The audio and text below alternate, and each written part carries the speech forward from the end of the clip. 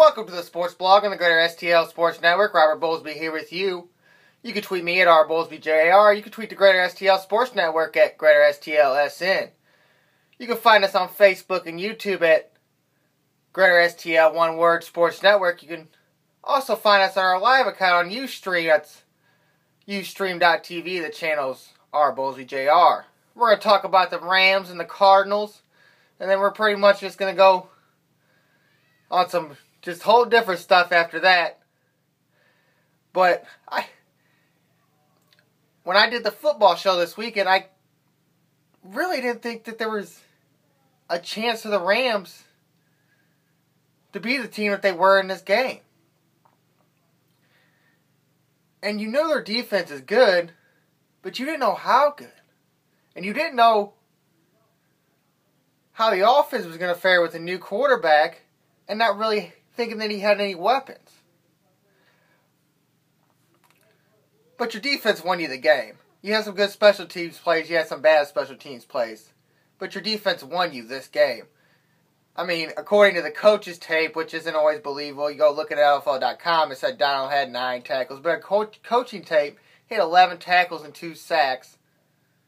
You had Brockers with 13 tackles, that means he's making tackles on the inside. You had Quinn in there with 2 sacks. And without that defensive production, the offense wouldn't have really clicked. You also had a point off the special teams. You don't get the special teams play unless your defense is out there doing what they did. And then they also won you the game in overtime, stopping Marshawn Lynch on 4th and 1. But I'm not going to complain about the offense at all. It was efficient. There was a couple of bad plays here and there. That first drive looked like it was going to be the same old Rams again. And then after that, they kind of moved the ball down the field. I mean, the rushing attack wasn't all that great, but it seemed like every time that Benny Cunningham ran, he got positive yards. Foles had the best quarterback rating for the Rams in an opening game since 1992 at 115. He passed for 297, had a rushing touchdown and a passing touchdown. That was on a go route to Lance Kendricks. Something you didn't see with Sam Bradford. I'm telling you that right now, is Lance Kendricks going on a go route. And Seattle's defense didn't even respect it. The guy fell down. Now we're saying if it's Cam Chancellor, maybe that play doesn't happen, but you never know. Does Cam Chancellor expect Lance Kendricks to go on a go route? You also had big plays from Jared Cook in this game, who showed this last year in Week 1 in Arizona. And after that, he was the Rams' leading receiver, but he was still just a nobody in this offense. But he made big plays for you. There was a couple passes that Foles threw bad to him that he caught. There was one that should have been a touchdown that Foles kind of threw away from him, and he had to make a great play out of bounds. Foles also threw a bad pass to Tavon. It should have been called pass interference, but the ball was underthrown, and that would have been a touchdown. But even with losing the turnover battle on offense, your offense still went out there and got you points. 25 points on offense. But your defense made some big plays. Truman Johnson, who got injured later in the game with a concussion, made a big interception. But the penalties didn't happen either. And that's something you really seen. You've seen Greg Robinson get beat a couple times for sacks, but you didn't hear a lot about the penalties. And when you were looking at that Tavon Austin play and you were looking for flags, you're like, no flags, and all of a sudden it comes out late. Oh no, it's the Rams again. And the penalty ended up being on Seattle. It seemed like a more disciplined team, and things that Jeff Fisher said he was going to fix actually kind of got fixed. You didn't have the big deep threat play that the secondary usually allows. You didn't have a bunch of missed tackles in this game, which the Rams are known for. And you stopped one of the best rushers in the league. He led 18 for 73, but no touchdowns, and then he got stopped in that 4th down. I talked on the football show that was on Sunday, is that I thought Russell Wilson was going to go off against this defense because they usually let the quarterbacks run around on them that can run. But Russell Wilson in this game only had 31 rushing yards. So obviously the Rams changed something there that they seen and had someone actually looking at Russell Wilson while he was in the backfield. I mean, he was running all around. And usually them are plays he gets off on. But there was one play that, if you looked at it, you thought he should have ran to the end zone. He threw it behind some random guy. And then you heard Daryl Johnson, no, Russell Wilson was smart to throw that ball. Because Al Ogletree was sitting in the flat, waiting for him. And that's just something you would have thought that Russell Wilson would have ran right in and got another touchdown out of that. Now, I ended up throwing a touchdown later to Jimmy Graham on the drive. But them were plays that the Rams didn't stop before. And they do have Seattle's number in the dome. I don't get it. But they do play Seattle tough all the time. I mean, it goes back to when Bradford lost that game in his rookie year for the Seahawks to go to the playoffs at 7-9. And he really didn't lose them the game. He threw a great pass to Denario Alexander, and it went right through Alexander's hands. So, it just seems like it was just a whole different Rams team out there. And a lot of people mentioned last year said Quinn wasn't getting the sacks and stuff because Chris Long wasn't out there. Now, you did see Chris Long you didn't see him get a sack, but he led the team in hurries. So it proves that certain guys do make a difference on this defense. And having a healthy quarterback obviously helps something on this offense. I mean, you only had 45 rushing yards from Benny Cunningham. Isaiah Pete fumbled on, I think, his second attempt. I mean, Tavon had a rushing touchdown. He was in the backfield a lot. But it wasn't like you were really moving the ball, running it. And Benny Cunningham actually had 77 reception yards in this game. So, I don't know what to expect now. And Quick wasn't even out there. And that's a guy that I said on the football show that probably would make the biggest difference in this offense. But instead it was Jared Cook, Lance Kendricks, and Benny Cunningham. And we haven't had a running, like Steven Jackson in the last few years wasn't that running back that he fought, but I don't know if people had his number or this was just a bad defensive line. So, but it seemed like every time Benny got close to the first down, he got it, and he fought for yards every time he got the ball. And it just seemed like it energized the whole offense. I mean, it doesn't really not having your defense played as well as they do probably energize them too, getting all the sacks.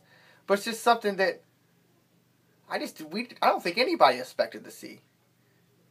I mean, 34 points against the best defense in the league, according to everybody. And yeah, you allowed 31, but the defense only allowed 16. One was a special teams play, and one was a fumble recovery for a touchdown. So, just think if them two things don't happen and you stop Seattle on them two drives, but I'm not saying you would. But this game could have been, it would have been 31 because they wouldn't have went to overtime, but 31-16. It didn't really look like that you were dominating this game, but they actually were. I think the Rams only had 53 offensive plays, but had over 80 defensive plays. And it helps when you get a special teams touchdown. That cuts out drives right there and puts your defense right back on the field. But the Rams stopped a lot of, got the Seattle to third down a lot. And I think at one point, the Rams only had 4 third downs, and Seattle had 11. They were 4 for 11 at the time.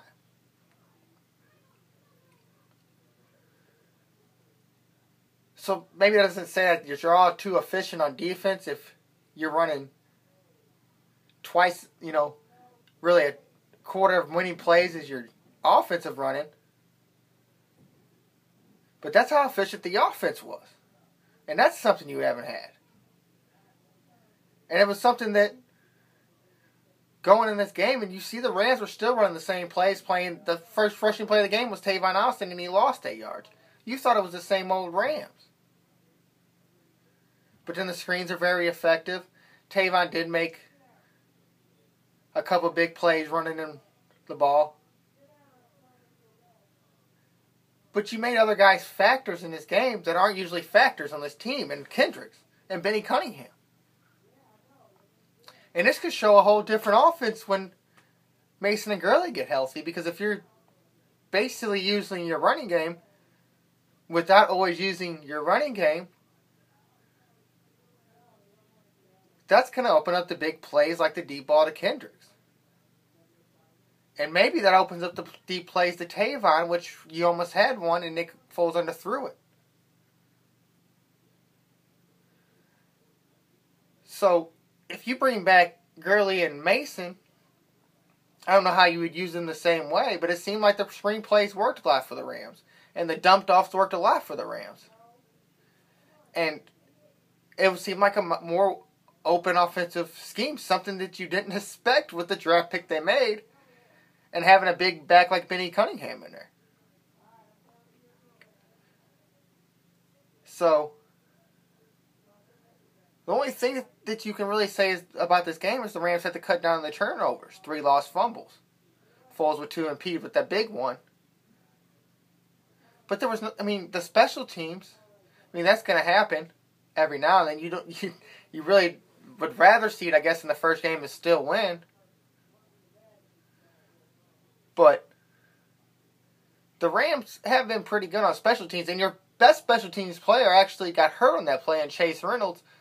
So you were basically down to 9 guys because you really count Johnny Hecker as a tackler. So, that hurts you there. You shouldn't allow them kind of plays. But in the long run, you got right back with it with the Tavon Austin play. Now, you basically won the game because of a botched squib kick, Pete Carroll called it, I guess, where he was trying to kick the ball to a certain spot. But I just the way the guy even kicked it, I think he was trying to play around with the special teams game, and he got caught on it. And really, the Rams should have got an extra 15 yards because their guy called a fair catch because the ball never hit the ground. And you can't hit a guy after he calls fair catch legally. So that led to a touchdown. Who's here to say? The Rams won the game. Seattle had a chance there at the end, and the Rams defense stopped it. So good. Good game all around, according to me. You get kind of worried with Zerline out there having to kick the longer extra points because he does shank the ball sometimes, and he was perfect. You got the punt return touchdown. I didn't really pay attention to all Hecker's punts, but he seemed fine to me. And then your defense with the 6 sacks.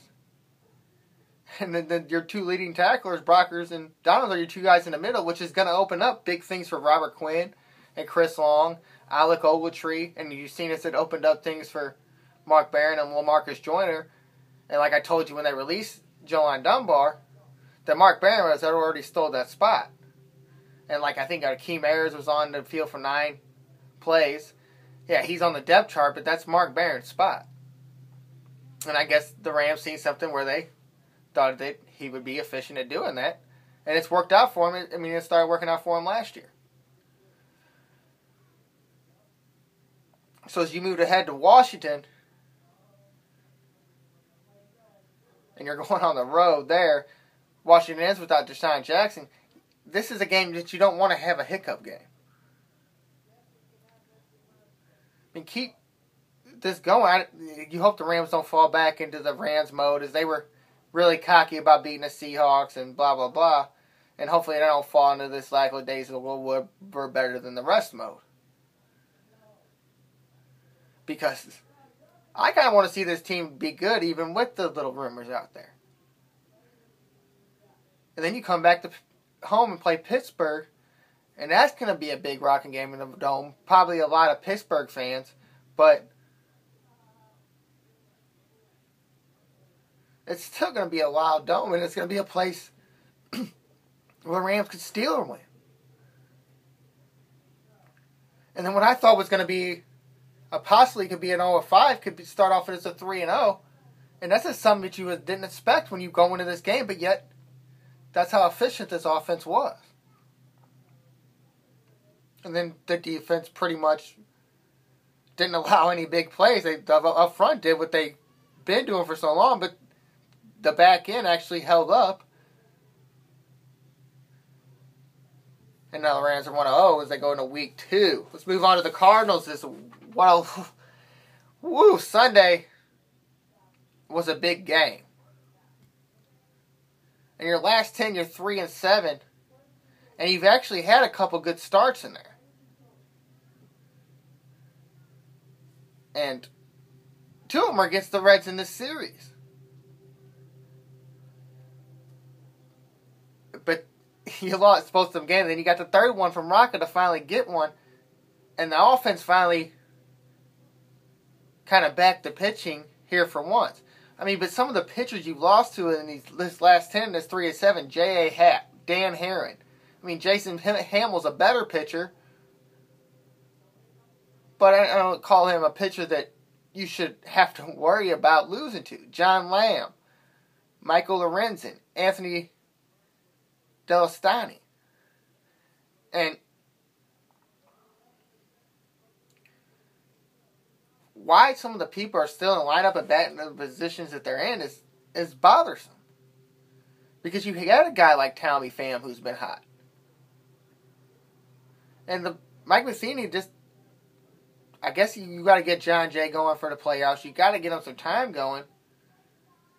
But it just kind of, you didn't know where he was. He seemed lost. And players have done that on this team. Carlos Villanueva in the bullpen was gone for a while.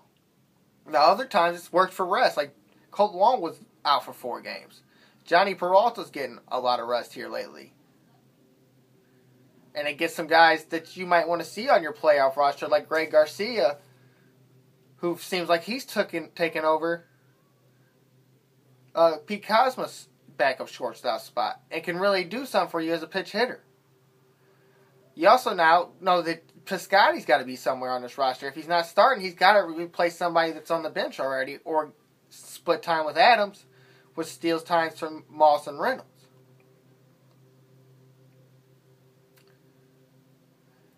But when you look at when Matheny puts these lineups together, it seems like sometimes he's just throwing the lifeboat up there and hoping to survive. I mean, one of the games got rained out, and that shouldn't really affect you. But you're going up against, and it was played the next day, so you see how he can come in, be lackadaisical, and Braxton allows a home run like that. And his last 7 innings have been horrible. 8 hits, 4 runs. So there's something I don't see why they keep throwing him out there. Now you got Belial back, so that probably takes away from some of Broxton's C-Sec's time.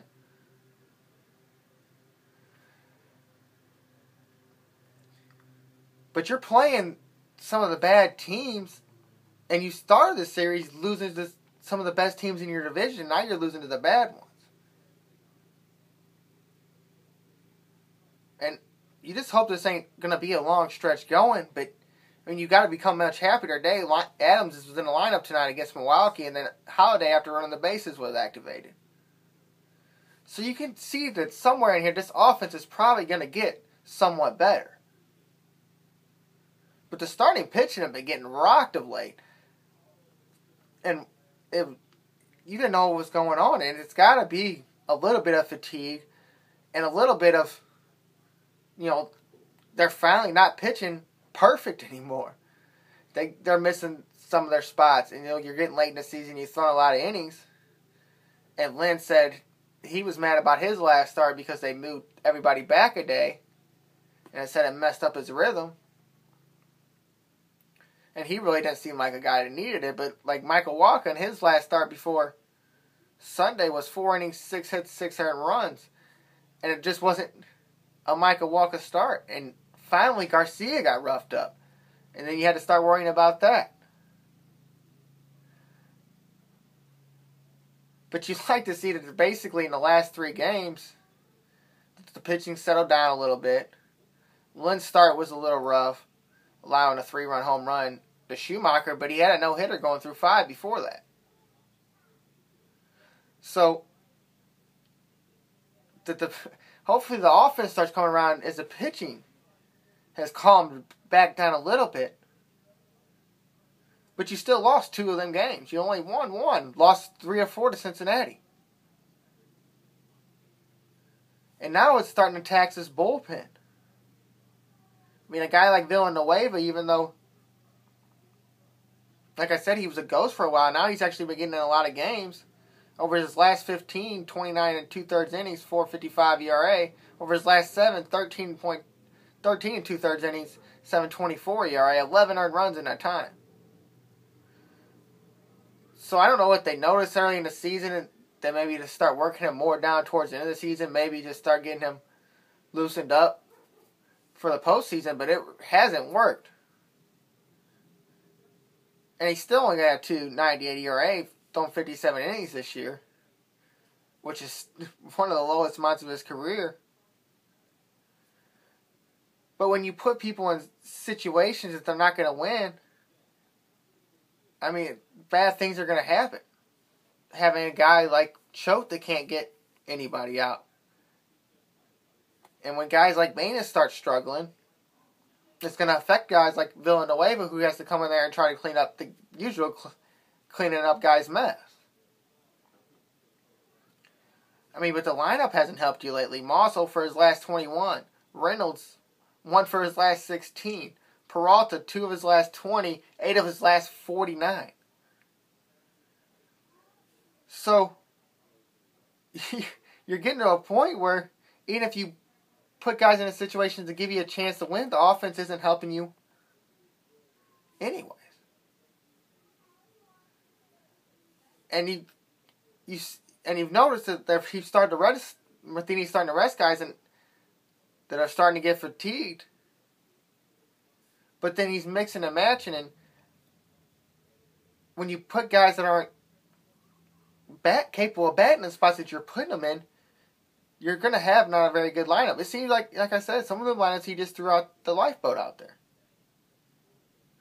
But you know, if Adams is back in the lineup tonight, he's going to start getting a lot of time at first to get him back on track. If Holiday's activated, that's going to take away from some of the pitch hits from the other guys. I don't know what Grichuk's doing. I don't know if he could still hit. But that should take away time from Reynolds and Moss. But then if they come back and they're all healthy sooner or later, where does that leave Piscotty? Now, I think it puts him in center field when Holiday comes back. But what about when Grichuk comes back? And how much playing time are they really going to want John Jay to get? Since Mike Matheny is so loyal to some of his players.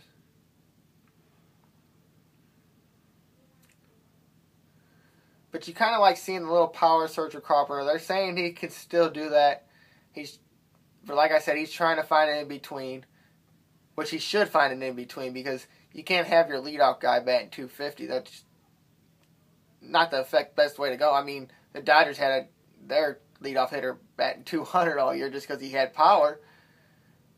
And maybe that's a good start off for the team. But he did hit a lot of doubles before. So, I mean, getting on base and being more apt to going at pitches before 2 strikes is on the board.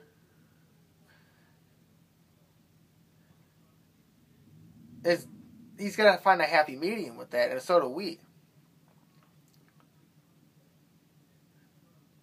But the offense has to pick up. I mean, some of these games we lost of the last 10 to 7 games, we had lost 9-3, 7-1, 9-0, 8-5, and 11-0. I mean, that's 5 of the 7 losses. And the highest run total you scored was 5, and that was after you've already allowed 8 of the runs. The offense tried to come back, and it didn't come all the way back. But it was a little pick-me-up there, but then you go out and lose 11-0. So sometimes I just can't figure it out. And some of these guys I guess Peralta playing short was going to affect him. But some of these other guys with some of these injuries that have been out for so long, and even though they're not going to be fatigued, is it going to be kind of fatiguing to be playing in every game again? So now you got to mix and match some more as you're going into a stretch to where tonight, you could have your lead down to one game if you lose. So this probably ain't the time to go mixing and matching your lineups, but that's what the Cardinals have to do because of the injuries and then just in the non-production from really what they thought was going to be their power hitters. So they start a big series in Milwaukee tonight on the road, and then they got 3 with the Cubs on the road, who's fighting right behind you. But then you come back home on the 21st, and you got a series against the Reds again. And the 2 series in between, or the beginning series and the last series I read, those are the 2 series you have to win. Like, put a fight against them with the Cubs, but if you win these 2 series, there's not much more that them other teams could do but keep on winning.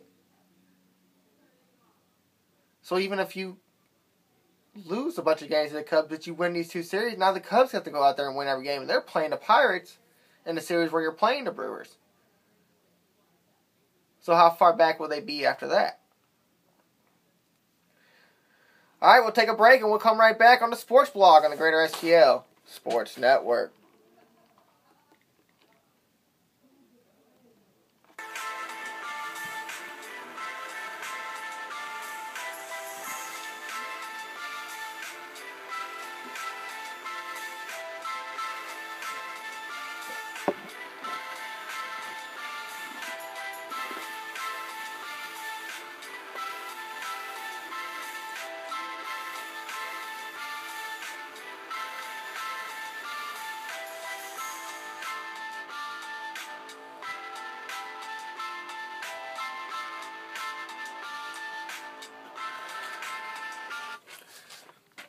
Hello and welcome back to the Sports Blog on the Greater STL Sports Network. Robert Bowlesby here with you. You can tweet me at rbowlesbyjr. You can tweet the Greater STL Sports Network at Greater STLSN. Alright, let's get into it with weird news. As in Bangkok, police say authorities got to the bottom of a thief when a doctor pulled a 6-carat gemstone from a large intestine of a woman. The gemstone, worth $278,000, was stolen from a fair where surveillance cameras caught the woman and a Chinese man switching the stone for a fake stone after asking to inspect it. The dealer at the booth also identified the 2 that took the gem. The 2 initially denied involvement with the act, but x-rays showed a diamond-like substance in the woman's body. And it was, as I read that story further, they also said they tried everything before they had to pull it out. They tried laxatives and everything to try to get it out of her body. And wow, if you would have got away with $278,000, I mean, that's almost worth it. And who takes this $278,000 gemstone to a fair?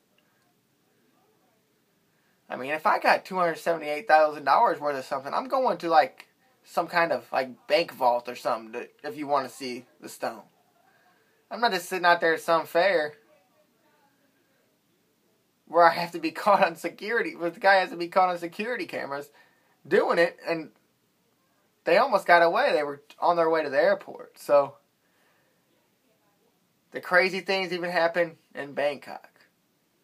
An American Airlines flight, this is back in the States now, let's go back to the States. An American Airlines flight actually flew an unauthorized plane from LA to Miami last month. This mistake, which was first reported by an aviation blogger and later confirmed by CNN, violated Federal Aviation Administration regulations. Since the Airbus A3215 aircraft did not have the required extended operation certification to long-distance travel over water. The certification requires the planes that fly long routes with no alternative landing locations carry extra oxygen and extra fire suppression canisters. The August 31st flight, AA Flight 31, arrived safely in Honolulu before an American Airlines spokesman told CNN that the ground noticed the mistake halfway through the flight and immediately notified the FAA and the flight crew. And that's why I'm never getting on a plane. Because what if they would have got stranded or something like that, or they would have had some kind of, I don't know, some kind of oxygen emergency going over the water, compression or whatever. And like, were there people on a plane that they didn't know where they were going? They've seen some water and they were like, yeah, cool. I wonder how many people got off the plane and stayed in Hawaii. That'd be kind of cool. Just end up in Hawaii randomly. But that's why I'm never going on a plane. I mean, it just don't make no sense. It really makes sense to even think about going on a plane when things like this can happen. To where the plane crew should have known where they were going, and they still just, let's go to Miami. All right, let's come back to the whole front. As in Missouri, an auto man has been charged with stealing an ambulance parked outside at an ER in St. Louis County. Mark Ferry, 36, of the first block of, get this, Ozark Hills Mobile Home Court, was charged Saturday with stealing a motor vehicle and second-degree burglary. Ferry was jailed in lieu of a $20,000 bail. Police say Ferry took an unlocked ambulance parked outside Anthony's Medical Center. An hour later, a resident of Farabette Estates called police to report a Kirkwood ambulance parked in her driveway. An officer arrived and noticed a broken window at the rear of the woman's house and called for backup. A police officer and a dog found Ferry hiding in an upstairs bedroom. During the arrest, the dog bit Ferry on his arm. He was found with the keys to the ambulance in his pocket. Ferry was returned to St. Anthony's for medical treatment of the dog bite. And you heard where he was from. Ozark Hills Trailer Park. That tells you the whole story right there about what goes on when you're just messed up. You decide to steal the ambulance and go rob some lady's house in the ambulance, which I guess cops don't drive around, maybe? Yeah, I don't know. It just, to go steal an ambulance. And it's, what are you thinking? Like, what could you possibly be thinking to go and steal an ambulance? I don't get it. I just don't get it. And that's Missouri. That's Arnold, Missouri for you. All right, let's get into it with the hometown rundown as the Rascals started their Frontier League playoffs in a one-card wild card game at home at TR Hughes Ballpark in O'Fallon against the Florence Freedom. Despite falling down 2-0 and 5-2, the River City Rascals scored 4 unearned runs in the 8th inning to win 6-5. Then they started a 3-game series at home, the divisional series against the Southern Illinois Miners, and they lost game 1 5-3. After the Rascals came back down from 3-0 to tie the game in the 8th, but in the 9th, the Miners hit 2 home runs off of the closer Vince Bengerte to win the game. In Game 2 at Rent One Ballpark in Marion, Illinois, the Rascals tied the series with a win 7-2. Joe Santos started the game and pitched 7 innings with 1 earned run, 5 hits, 4 Ks, and 1 walk. The Rascals scored 3 runs in the second to take the early lead, including a home run from Zach Kamatai. And in the deciding game of the series at Went One Ballpark, 2 grand slams by Josh Silver led the Rascals to the Frontier League Championship for the 5th time in 7 years, and the win 9-5. They would face Traverse City Beach Bums in a rematch of the 2010 series. The series starts tonight on the road for the Rascals, but with games 3 and 4, game 4, if necessary, come back to O'Fallon and TR Hughes Ballpark on the 18th. So it's kind of cool to see one of these little independent teams that are out there, and they obviously give you entertaining ball, 56-40, and now they're in a championship. You'll get to see at least one game of the 5-game series. Hopefully the Rascals win both of them, and if they win one, then you get to also see Game 4 out there in O'Fallon. So go support one of the independent teams, and also support this one at St. Louis FC in front of a record crowd at Worldwide Technology Park and Fitton. Shout out to Sarlin Independence on September 12th, 2-0. With the win, St. Louis FC's record is now 7-11-9, 27 points. In the 29th minute on a rebound after a shot from Brian Gall, James Musa put FC up 1-0. And less than 10 minutes into the second half, FC scored again on a header from Jacob Bushu. That made it 2-0. And that's how the game ended. Goalkeeper Alex Kai made 1 save for his second shutout of the season. And the win, St. Louis FC wraps up its inaugural season against Louisville City FC at home at Worldwide Technology Park Saturday, September 19th at 7:30. So it doesn't sound like they're going to make the playoffs there in the USL, but Hey, they put a little entertaining game on for you.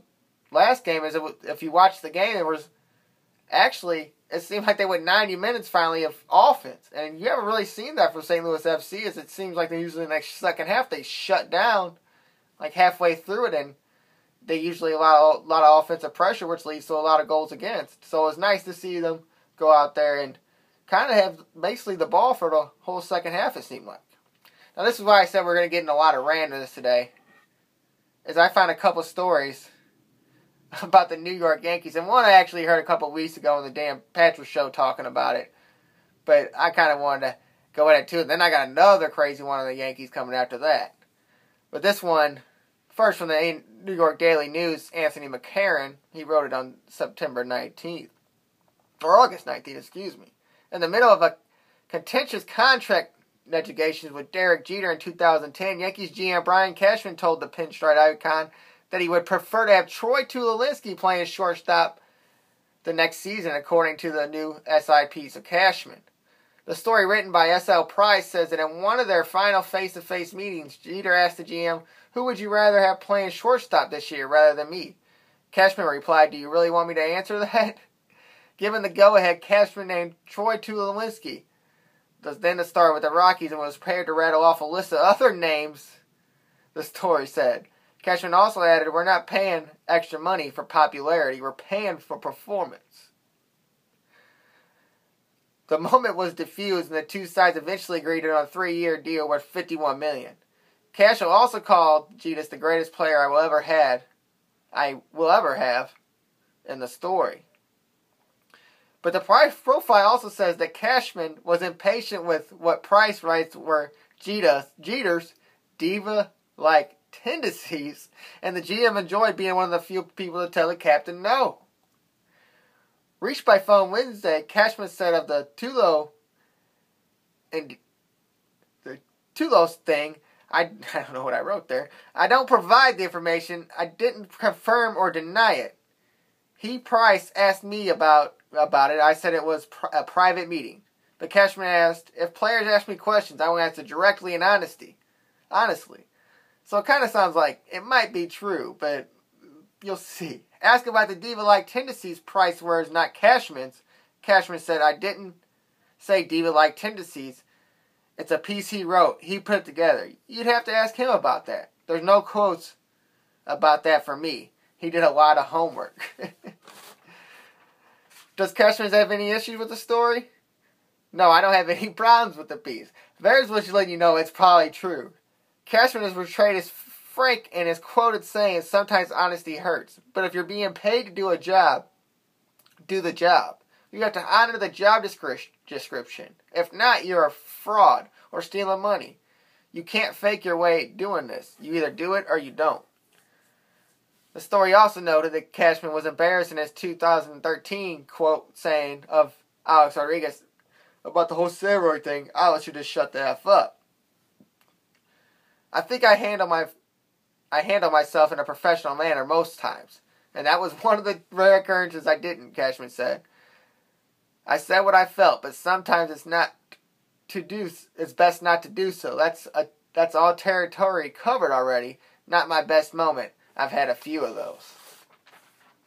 Now, did you see and heard that he said he seeked kind of an enjoyment of being able to tell Jeter no? And the diva-like tendencies. I mean, he should run the show. He is the captain. So I guess he should run the show if he's going to be that kind of player and be adored like he was by all the managers and the people he played with. And really, never heard a bad thing about the guy. But 3 years for $51 million. I mean, that's paying for past performance. I mean, Derek Jeter didn't play that bad in his past few seasons. Where he wasn't the best shortstop in the world, but he played better than some guys do now. Sterling Castro for one. But another great Yankee story that came out was a Yankee former clubhouse worker wrote a tell-all book on his happenings during the years he was there as a assistant equipment manager, and the book is called "Abused by the New York Yankees." And this is some of the claims that this guy claims in his book. Derek Jeter and Jorge Posada engaged in a sexual relationship in a clubhouse sauna at the end of their first season with the team.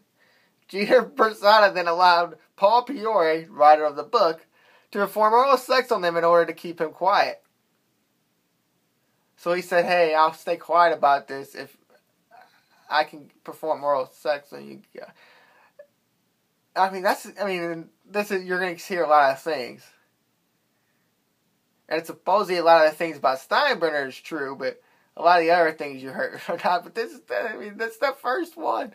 The first one, Derek Jeter and Jorge Posada thing, and they engaged in a sexual relationship in a clubhouse sauna where everybody could see, but I guess they knew everybody was gone except for this one guy who said, "Hey, I won't tell if I could do this." Alright, George Steinbrenner spied on his players using secret security cameras in a clubhouse and was actively involved in the Iran-Contra affair. Sounds like a guy who has a lot of money and can influence people. Outfielder Gerald Williams had sex with an underage concession stand worker in a storage closet. That happens to everybody, doesn't it? Cecil Fielder played drunk on vodka and Darryl Strawberry drank whiskey during games. Sounds about right for Darryl Strawberry. I don't know about Cecil Fielder, but maybe that was his way of hitting home runs. Now this is where it gets.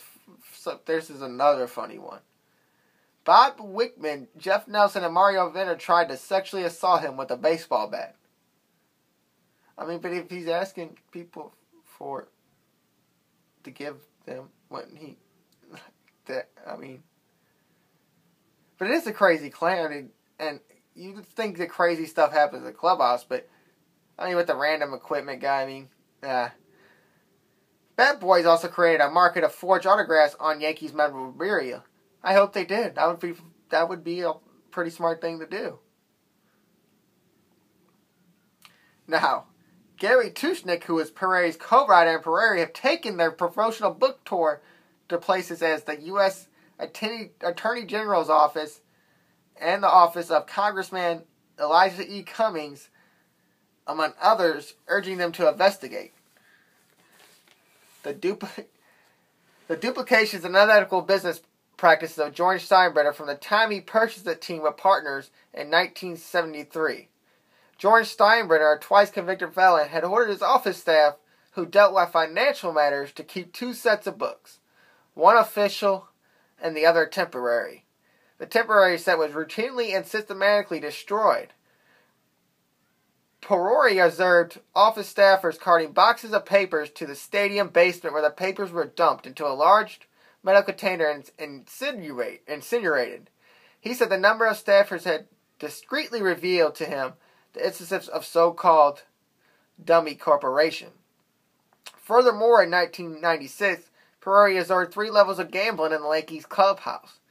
Manager Joe Torre, now MLB executive, and coach Dom Zimmer regularly sent Bat Boys, aged 14 to 16, with Yankees identification to a nearby off-track betting office to place wagers on horse races. A Bat Boy linked to the bookie regularly placed wagers on sporting events for players and employees during the game in the clubhouse using a phone connected to the stadium's switchboard. And at least on one occasion, players were observed and heard betting on themselves to lose the game. They would play that day, which Priore discreetly recorded on audio tapes. They won the bet, and the bookie's runner delivered the winnings. Most nights, after stadium games, on-duty NYPD cops joined with players and employees, including Bat Boys, to gamble on poker and blackjack card games. Alcohol was freely consumed. Well, you can see them doing the blackjack and all that. But there are some crazy things to try to go at the biggest franchise, well, at least baseball franchise out there. And I don't know if they have to sign some kind of confidentiality agreement. You don't hear a lot of stories like this coming out. But just put this out there, and you could have lawsuits and all kinds of stuff. And I wonder if this guy really hesitates to prove it, because the Steinbrenners probably won't bother with it just because it's really not going to affect their business, probably, if people read this book. It's not getting out there as a big selling book. Yeah, that was the first time I heard about it was when I read this story on Deadspin. But it's crazy that a guy would come out and say that and then put people's names to it. Like Jeter, Posada, Steinbrenner, Rivera, Nelson, and Wickman. And them guys probably don't have the money that Posada, Jeter, and Mariano Rivera do. So they, you might have a lawsuit there to say, what the hell are you talking about, kid? He also claimed in there that Yankees fired him because he was HIV positive and stuff like that, which the Yankees and courts didn't agree with. So you can tell this guy's probably trying to make a quick buck and might have died into the story a little bit. Maybe he had one too many drinks one night and had one too many dreams. So that was a lot on the Yankees right there. Usually don't do that too much. But we'll move on to the UFC as the Nevada State Athletic Commission has suspended UFC welterweight Nick Diaz for 5 years for his third marijuana-related offense of his career. The SAC discussed a lifetime ban for Diaz, 32, before voting unanimously for the 5-year ban. NSAC Commissioner Skip Avancio acknowledged during deliberation a 5-year ban is essentially a lifetime ban for Diaz. Diaz appeared before the commission in person but declined to answer any of its questions. Commissioner Paul Lundevell forced Diaz to verbally plead the fifth through a long series of approximately 30 questions. Immediately after the hearing, Diaz spoke to the media. I'm pretty pissed. I got into this sport for this exact reason, being stuck in a room with people like that. I wanted to tell them I wanted to tell them what I think. I wanted to tell each and every one of them they're a bunch of dorks. Everybody who sees them or knows them, anybody who sees them or knows them who should tell them that. I would if I weren't for my experts advised me to keep my mouth shut. I wanted to get up and say, look, you guys are way the F out of line. Lucas Middlebrooks, Diaz's lead attorney, said he will appeal the 5-year suspension. The Nevada State Athletic Commission also fined Diaz $165,000. Now, how long? I don't know how long, but how long do they suspend steroid guys for? I mean, I understand it was a third time. They claimed a lot of his history with getting in fights that weren't, supposed to fight in the ring with the fights that weren't supposed to be fights, like fight when he fought in Strike Force with Jason Mayhem Miller. But how long? I mean, I know there's some guys that tested positive for USC and steroids. I mean, how long do they get banned for? And it's kind of going at the wrong way to suspend a guy that long for marijuana. I mean, is it really affecting him that much? I mean, I guess they could say somewhere in there it can make him make rash decisions or something like that. But you also fine him $165,000. So, I mean, you got into his pocket. So you have to get into the way he makes money. And so I don't know if that just means he can't fight in Nevada. Does that affect him from fighting anywhere else? I didn't see that part in the story, but you take a guy's life away, and then also find him money for it after you're taking 5 years of what he's going to make money on. I don't think that's the way to go about it. I think they're sending the wrong message and saying, hey, we can take your livelihood away, but also try to take your money. So we'll see how this goes on, and they'll probably knock it down to 2 years or something, but still have to pay the fine. You'll see something like that probably go on. You'll see if maybe the UFC maybe comes out for him, and that might sway the decision a little further. Well, there was a fight on Saturday, I guess you could call it. It was a boxing match between Floyd Mayweather and Andre Berto. As Andre Berto said, I should have wore track shoes.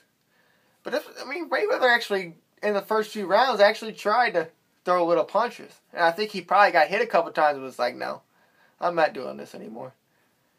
And, it looks like a good fight for the first few rounds, and then Mayweather basically ducked and dodged and did his usual Mayweather thing. I don't know what else people expected. Definitely when he was going for a record.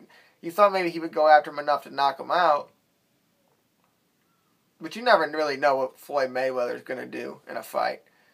Definitely with all the running around that he actually does do. But he also, he'll get in there every now and then and try to attempt to get you to throw a bad punch and then go for the knockout, which he did a few times, mostly in the first few rounds. But you got to expect that when he feels like he's tiring out, he's going to go to where he's best at, and that's maneuvering against you. So he tied Rocky Marciano for the record at 49-0. Said he's going to retire after that. Can't really see it because you could probably make $100 million again off of 50-0 and do whatever you want. I mean, the guy's made enough money. But hey, what's another $100 million if you can make it? Asked Stan Kroenke. So, I mean, it was a good fight for a little bit there. You kind of got the point that fighting nobody Mayweather was going to win. A nobody to me. Alright, now we'll move on to something that's was bound to happen because it happened to the Poker Stars websites and all that, even though that was a whole different thing with things going to offshore accounts and blah, blah, blah. But the funny thing is who it came from, and this came from a New Jersey governor where all the gambling stuff is allowed, like it is in Las Vegas. But a New Jersey Democrat fake Pallone Jr. called a congressional hearing into the relationship between the NFL and fantasy leagues, mainly the ones that bought up all the airtime for commercials on week 1 of the NFL. Polano said anyone who watched the game this weekend was inundated by commercials for fantasy sports websites, and it's only the first week of the NFL season. These sites are enormously popular, arguably central to the fans' experience, and professional leagues are seeing their enormous profits as a result. Despite how mainstream the sites have become, though the legal landscape governing these activities remains murky and should be reviewed. Pallone asked the Energy and Commerce Committee for a review of the league's legal status, in particular how the league, which offers cash prizes to fans who pay to join, differ from sports betting, which is not illegal in all states, of course. Online sports betting and online gambling are prohibited under federal law, but the leagues are taking advantage of a loophole that has become known as the fantasy sports carve-out, according to Pallone. The loophole had blurred the lines between betting conducted through fantasy sports websites and online gambling. Fans are currently allowed to risk money on performance of an individual player. How does that differ from wagering money on the outcome of a game? Pallone said in a statement. Now you can go find the whole thing. It's like 9 pages that he wrote to this Energy and Commerce Committee. And I don't understand why you would go after something that, and it's probably because they're not making somewhat of money off it. It's not taxed or something like that. Blah, blah, blah. As usual, the government's trying to watch everything. But this is what happened to the poker websites when they couldn't figure out how to for them to make money off it and shut down what was called Black Monday, where like Poker Stars and Full Tilt and all that shut down. Now, the one site that they should be looking at that's not mentioned here is Bovada. Because you can parlay games and do that all there, and someone's going to hate me for saying that. He's also going to hate that I read this story. I don't know if he heard this story yet, Johnny. So make sure, Johnny, you listen all the way through the end of the show. But it is kind of different than playing poker and basically gambling online, I guess. Because but the difference is, why can you do it at the casino? And with this, you're really not betting on the game. You're almost betting on, I guess, 10 players. You're almost betting on 10 games at times. And it's really not the outcome of the game. It's the outcome of the player does. So how is it really betting all that much on the outcome of a game? And he doesn't really say anything like this, but is he basically saying that the performance of the individual player, somehow he could get paid if he had a good or bad fantasy game?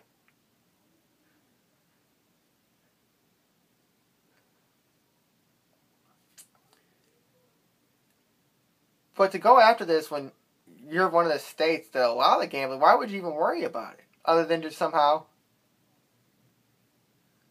worry about how the money's affecting you or how they're not paying taxes. Because these leagues have been going on forever. FanDuel's been around for years. And I don't know how long DraftKings has been around, but it's been around for a while now. And along with, there's other ones. I don't know if they've shut down yet, but Draft Day. Bravada's another one that you can bet games and stuff like that. You can sometimes, I don't know if you can play for real money. I know you can look at poker and stuff on there too. They also got bet in UFC. I think they have that on DraftKings now where you can do the UFC fights. Which is just crazy. You would even go through that. I mean, that'd be a hard decision. I wonder how many fights you have to pick. But again, taking something that kind of makes football a little more fun, and of course, and trying to take it away from us. I mean, that's how the blackout rule basically ended, and people got mad. And now people are getting mad over not being able to have every single game on the DirecTV crap. Because if you pay for it, why shouldn't I have it? And he's really trying to compare this to more of gambling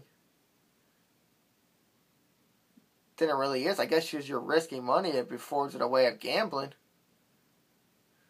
But it's basically just what it says. It's fantasy sports. And why was it never checked out before? Because fantasy sports has been around since I can't remember the internet being around. It just wasn't 1 week every week. It was, you played a 16-week season and this is how you did it. So as you go on, and I actually see when I read some of the things that, like, Yahoo Sports was going to start putting out a 1 week thing, kind of like the draft days and all that does. And they've been running their little fantasy thing for a long time with a 16-week season. That's the ones I used to play on. Now I moved on to ESPN and the NFL Network. Yeah, but then even the NFL has one. So if you kind of read it, he's kind of more worried about how much the NFL's making off of it. And how they're making so much money to buy up these commercials that are supposedly worth so much money. But what I didn't see is that in week 1, that's probably the time you wish to hit it, because that's when it actually you start rolling. You don't get to play in preseason. You hit all the commercials week 1. You get everybody involved. Boom, you make the money. But I guess he didn't really enjoy watching the New York Giants or Jets game with all the draft days commercials.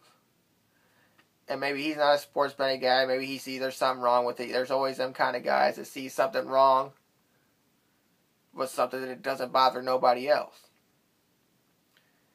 So we'll see how this rolls out and move on. There's been people saying that within a couple years this is gone. But I hope not, because it's just another way to enjoy more than one game. And that's probably why the NFL is involved so much, to get people on these packages. Because now I don't just need CBS and Fox. Now I need the Sunday ticket because all my fantasy guys are in there. So we'll see if the NFL status with it kind of makes this story die out a little bit. Alright, that's going to do it. Make sure to tune in to the football show. We're going to move to Saturday night. I'm going to give you a time later.